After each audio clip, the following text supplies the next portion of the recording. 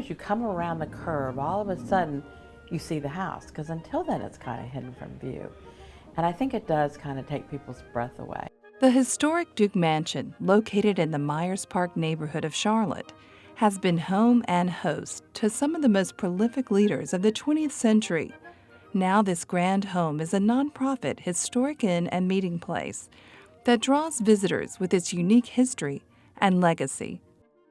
Charlotte didn't have a lot of historic residences and buildings, so to have a house that's 100 years old that not only represents a time period, but represents the people who lived here, who really were the folks that built this town. And I mean, Buck Duke built North and South Carolina because he created the power company that really became, and hydroelectric power, which changed the face of what was in those two states. Built in 1915 and tripled by its most famous owner, James Buchanan Duke, the Duke Mansion is listed on the National Register of Historic Places. With the fountain in the front, one of Mr. Duke's 3 fountains, and just this beautiful, beautiful place. And you walk in and the black and white marble floors, again, here since Mr. Duke, set this gracious tone. And we try to create that kind of space all the time. Each room reaches out in hospitality, the way that many of the former homeowners would have wanted their guests to feel right at home, and in some cases ready to make history. And I think people have that sense of the combination of history and comfort and graciousness that's very much our Southern tradition. The Duke Mansion is also the location for the beginnings of some of Duke's most lasting legacies, including Duke University, Duke Energy, and the Duke Endowment. And bringing power allowed everything else to happen, textile mills and other manufacturing. So it really changed the dynamics of where people worked, how they lived. It made communities grow.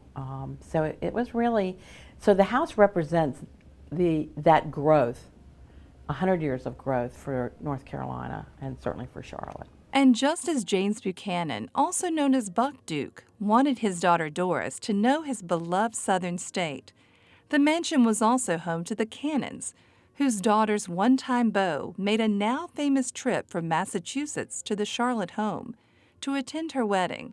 That one-time beau was none other than JFK. And he was here for the wedding, and the wedding was in this grand hall. Oh, great. So he was here because they had stayed friends. And she was considered one of the Southern beauties. And although now this home bears the Duke name, it has also been home to other families like the Linebergers, the Cannons, and most recently the Rays, who in their own way helped to preserve the legacy and integrity of this historic place. Over 20 years ago, the house was sold and slated to be subdivided into condos, but the Ray family of Raycom Communications stepped in. Once that happened, it was only the miracle of somebody like the Rays who could afford to buy it and loved it and kept it for almost 10 years. And they put together a community group and raised money and bought the house and renovated it and worked very closely with the neighborhood. And now the nonprofit Duke Mansion Historic Inn and Meeting Place uses its profits to continue the preservation and legacy of this historic community gem. I think what's wonderful is that we have so many special occasions here. So we think of people making their memories here. We have retirement parties. We have 50th anniversary and 40th anniversary, wedding anniversary parties. We have weddings. It's not so much the house that's important. It's the people who lived here that built the community, and that's what it represents.